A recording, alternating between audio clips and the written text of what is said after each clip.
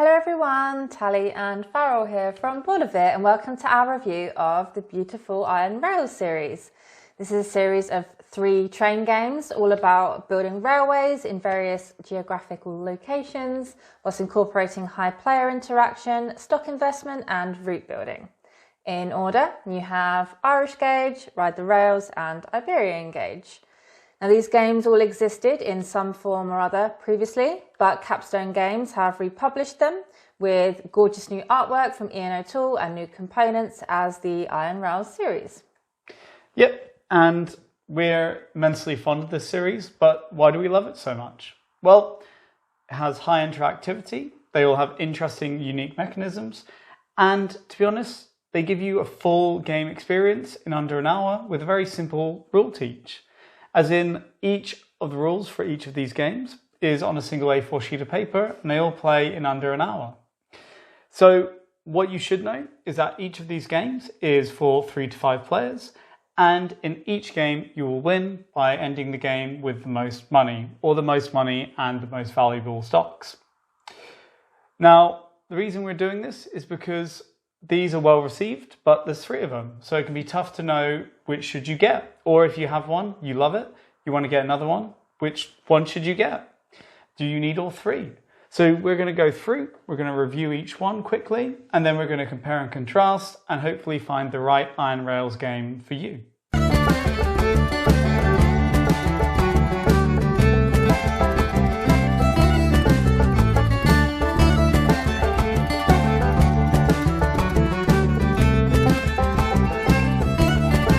In Irish Gauge, you'll be auctioning for stock in the different companies.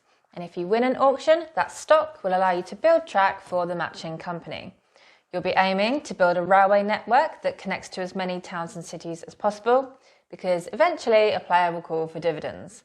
That player will draw 3 cubes out of a bag, and the cities that have the matching coloured cube will pay out if they have the proper connections. But the problem is that on their turn, a player can start an auction for remaining stock in any company.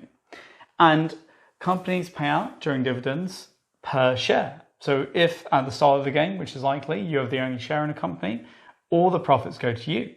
But maybe you made that company a bit too profitable, purple's looking good, and now someone else buys a share or wins an auction for a share in your company. Now you get half as much money, and they get the other half for doing none of the work. So what are you going to do to make up that loss? Well, maybe you'll just buy in another company. And you can see how this goes and how it gets more and more savage as the game goes on. The first word that comes to mind when we think about Irish Gauge is fun. It's arguably the lightest of all 3, as there's much less maths and brain burn in the late game. It's a great game to get out if you just want a bit of silly fun, but also to have a tense and tight experience. Out of all 3, it's also going to provide new players with the best experience in their first game. The state of the board and which companies are profitable is fairly visual, so any player can have a quick glance over the board and understand and know how to react. There's a high level of player interactivity, and the auction mechanic is a real highlight here as you get these wild bidding wars and a lot of tension ensues. You'll be laughing and shouting because it's so cutthroat, but also kind of light and breezy at the same time. But what might be our favourite part of Irish Gauge is how much of a sandbox it is despite a simple rule set. I'm genuinely surprised by how much you can do within these rules and 4 actions. For example, it's incredibly funny to start an auction for a stock in a rival company with no intention of actually wanting that stock, just to arbitrarily drive the price up. So that person, scared of losing their monopoly, will overpay, thus costing them more money than they would have got just not doing it. That's devious, but I also particularly love where you take cubes out of the bag and you make towns into cities. And if you do this at the right moment, with the cube that maybe there's only 2, maybe there's only 3 left in the bag, you can completely tank their railway because those cubes aren't going to be drawn anymore. And there'll be no payout for them. And when I first did that, I did not make any friends. Classic Farrell. So as well as fun, the one word that also comes to mind when we think of Irish Gauge is dynamic. And honestly, we don't really have any criticisms. The only thing that maybe people might not like is the fact that drawing dividend cubes is random. So it could be that one player benefits more or it hurts another player disproportionately. But honestly, because you have this auction element and the fact that you're all in bidding wars and people are overbidding or underbidding, we've never ever felt like it's affected the game in terms of who's won. So with that, we 100% recommend Irish Gauge. And personally for me, I think it's honestly one of my favourite games of all time. Of all time? Wow. It'll be high on the list, I think. Yeah, fair. It's a good one.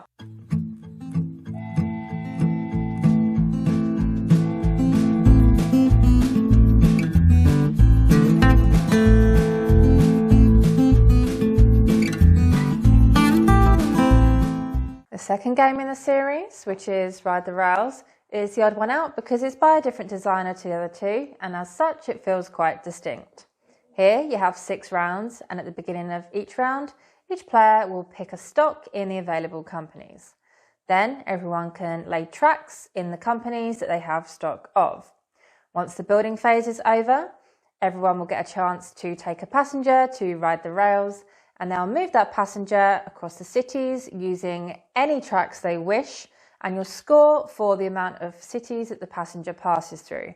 But any tracks that were used are going to pay out to anyone that has a share in that company. Now, before we get on to some of the issues that we have with this game, we'd firstly like to say that the theme is excellent and it really makes the mechanics pop. It's really fun to take the little passengers and take them on a little trip. And while the other players around the table are shouting, "Ride the rails! Ride the rails!" It's also really satisfying to watch the progression as you collaboratively build these monster transcontinental rail networks with different loops and offshoots from small beginnings. It's also particularly addictive, and we really feel the urge to get it out again and again. Although perhaps that is just the drive to try and beat the game at its own game. And what we mean by this is that you're going to have to overcome elements of the game to win it. So when you do win, it doesn't just feel like you beat the other players. It feels like you beat the game itself, and it's that much sweeter to win. And our biggest problem with this game is there's a lack of player agency, because the decisions you make, they aren't good or bad depending on you and what you do. They're only good or bad depending on what the other players pick, because the entire game is driven by the whims of other players. And this means that you could be in a position where you're probably not going to win very early on through no fault of your own, and not due to maliciousness of the other players either, although that can happen. As one example, in the very first round you're given an arbitrary decision. Pick red or pick blue. Both the same, doesn't matter. But if you go first, you pick blue, the next 3 players pick red, you're already screwed. Because what that means is that with 3 of them in red, they're going to build a longer railway, which means they're going to get more base money for moving the passengers further than you can. And they're going to move passengers more times on the red railway, which means more payouts because they all have shares in red. So you're going to end the first round here on points, they're going to end around here on points, and there's already a big gulf, and it wasn't your fault. And what is so frustrating is that picking these stocks is such a vital, important decision in the game. But there's no, it's not, the decision isn't yours to stand by or regret. It's the other players. It's not down to you. It doesn't matter what you do. And that's a really frustrating situation to be in. And this kind of lack of agency also extends to other aspects, because there are spaces that will give you payouts if you're the first person to put a train there, or if you're the first to connect a transcontinental railway, you get payout as well. But often, who does these? It isn't down to tactical acumen or strategic planning. It's simple turn order. It's who, when their turn comes around, is in the position to reach there. And these are things that can literally be the difference between someone winning and losing the game. So, with all that said, Ride the Rails is our least favourite of the series, and there are certainly things that we're not fans of here. But we do still really enjoy playing this game. Like, we're not going to get rid of our copy, and for sure it's going to make it to the table many, many more times. But we'd recommend one of the other two over this one, unless you already have one of the other two and you're looking for something that's more different, but is still within the same world.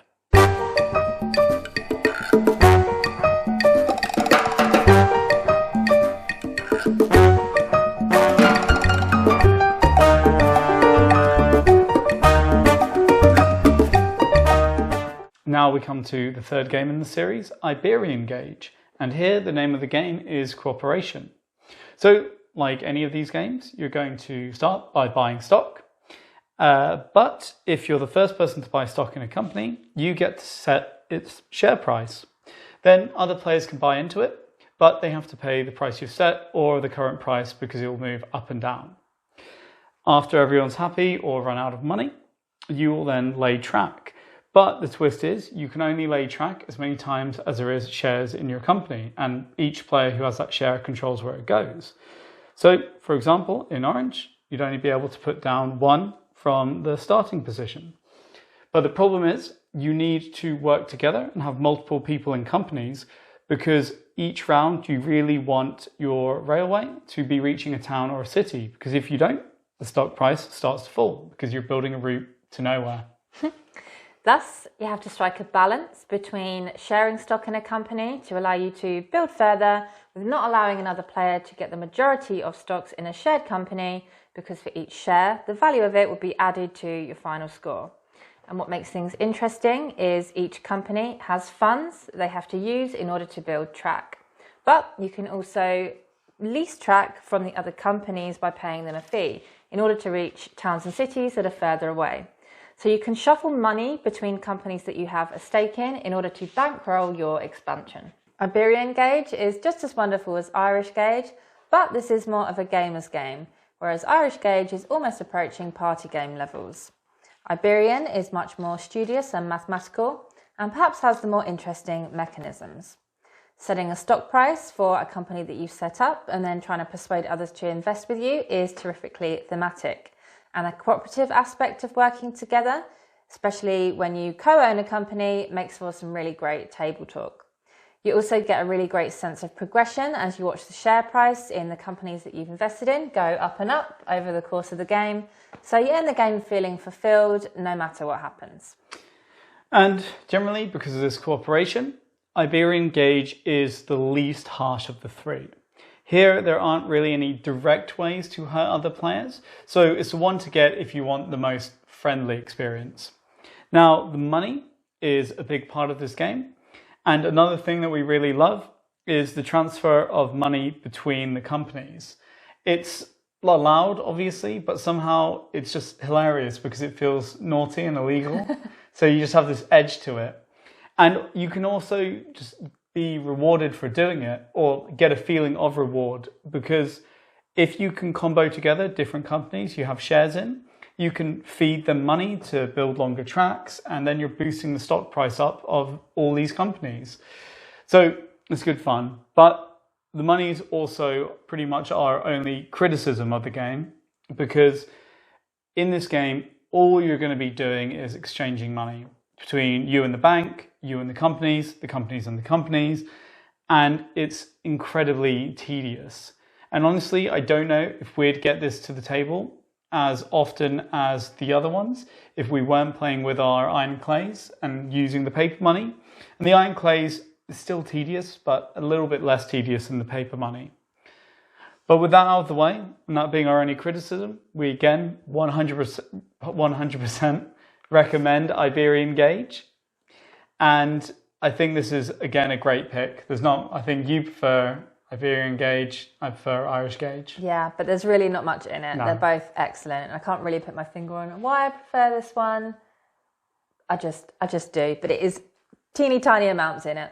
Full recommendation. Excellent. Yeah. Why do we like these games so much? Well, the first reason is that they occupy a novel space in our collection. We really don't have anything that's quite like these games.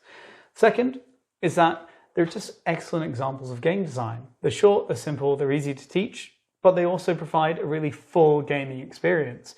Very intense and interactive one. And if we go through them, Irish Gauge is the lightest, probably the easiest to grasp on first play, most party-esque because of the auction mechanics, but it's also quite harsh because you're usually undercutting the other players whatever you do. Ride the Rails is the most straightforward in the terms of your goal, but the complexity does spiral out as the game goes on, and the decisions are quite difficult to make, and it can be AP-inducing.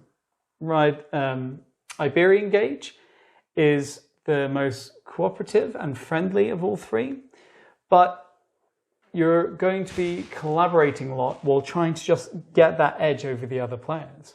We have no doubt that different people are going to like these games in these series for different reasons. But honestly, we don't think you can go wrong with any of them. These are games that we intend to play over and over again with all different types of people. That said, Farrell's favourite is Irish Gauge, and for me, Iberian Gauge just pips Irish Gauge as my favourite, but not by much. And maybe it's because it's the newest game in our collection, so maybe it's just a bit more novel, and time will tell if it still is my favourite.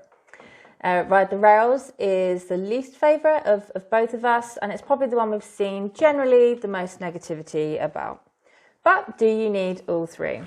Well, if you buy one and you really like it, we do feel like they are different enough, but kind of maintain that same feel to own them all. So we don't think you'll regret it. We obviously have all three, and we're very, very happy to do so, and we genuinely look forward to playing them all. And best of all, then you can have an Iron Rails night where you play them all together in one night. To it. And we're definitely going to do that soon. Yeah. So if you enjoyed this video, we'd really, really appreciate it if you could give us a thumbs up. Subscribe to our channel if you haven't done so already, and please feel free to ask us any questions about the games in the comments, or if you've played all three, let us know what your favourite is and what you think of them all. Yeah. And we better wrap this up because Meg's not here because she's rebelling, and now Svensson's rebelling. He's rebelling for sure. They're really not on it all tonight. Right. What's all right. wrong? Well, thank you for watching, and we hope it was helpful. See ya. Bye.